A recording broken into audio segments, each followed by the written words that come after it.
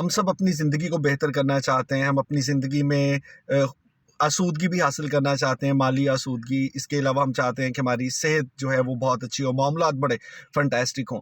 लेकिन ये सारी सिचुएशन में कुछ ऐसे वेरिएबल हैं जिनको हम भूल जाते हैं, और उन वेरिएबल्स को इग्नोर करके फिर जो हमारी सोच है वो बड़ी अजीब-सी हो जाती है।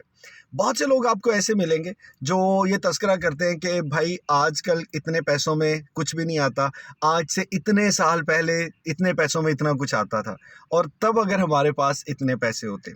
ऐसे ही एक महफ़िल में मैं बैठा हुआ था और साहब कहने लगे कि यार आज से 50 साल पहले अगर इतने के पैसे थे तो उनकी बड़ी वैल्यू होती थी।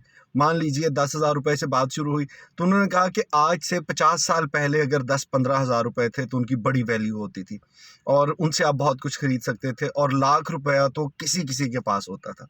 मैंने उनसे कहा कि मान लीजिए कि आज से 50-60 साल पहले का दौर है और आपके पास 1 लाख रुपया है, तो सोचें आप क्या करेंगे? अब वो जब गिनवाना शुरू हुए तो उन्होंने कहा कि तब इस ज़माने में इतने पैसों का इतना गोश्त आ जाता था, इतने पैसों की फलाँ कमोडिटी आ जाती थी। मैंने कहा ठीक है, मान लें कि आपके पास 1 लाख रुपया उस दौर में है और आप आज से 50 साल पीछे चले जाएँ, तो क्या करेंगे?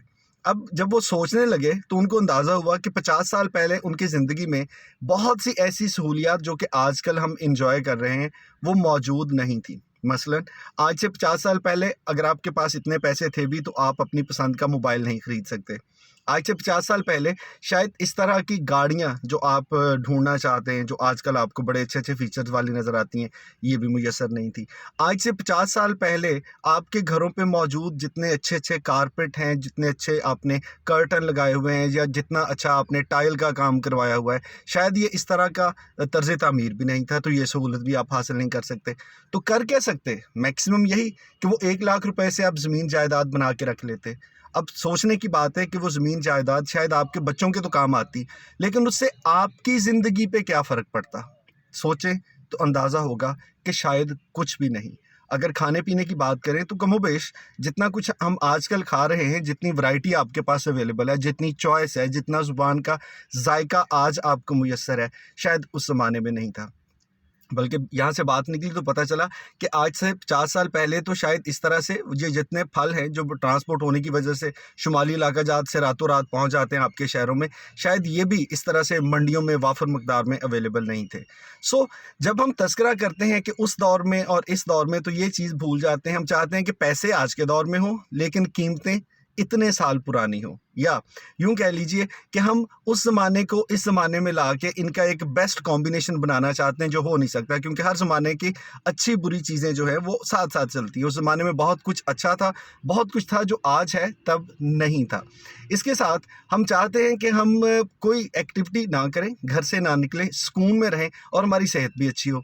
ऐसा हो नहीं सकता। भई उस ज़माने में अगर आपको मीलों चलना पड़ता था, आप चलते थे, सवारी का इंतज़ार नहीं करना पड़ता था, तो भई सोचें सेहत तो अच्छी रहेगी। उस ज़माने में अगर इतना ज़ुबान का चटखारे वाला जायका नहीं था, तो उसकी वजह से सेहत अच्छी रहती थी।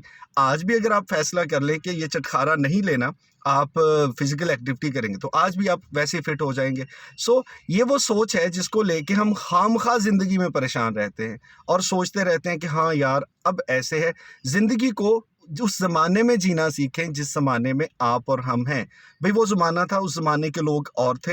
हमारा आज का ज़माना है, आज के ज़माने की मुश्किलात, आसानियाँ और हैं, और हमारे बाद आने वाला ज़माना, उसमें अच्छी-बुरी बातें अलग होंगी। सो बजाए इसके कि आप आज के ज़माने को पिछले ज़माने से तकाबुल करते हुए फिर बेस्ट कॉम्बिनेशन ढूँढने की कोशिश करें, अच्छा यही है कि जो कुछ अच्छा आप इस मुआशरे में, इस आज की ज़िंदगी में कर सकते हैं, वो करें और इन सारी नेमतों पे शुक्र अदा करें, और यकीनन आपका ये जो तकाबुल है, इससे आपको जो एक बेसुकूनी महसूस होती है, उससे आप निजात हासिल कर लेंगे।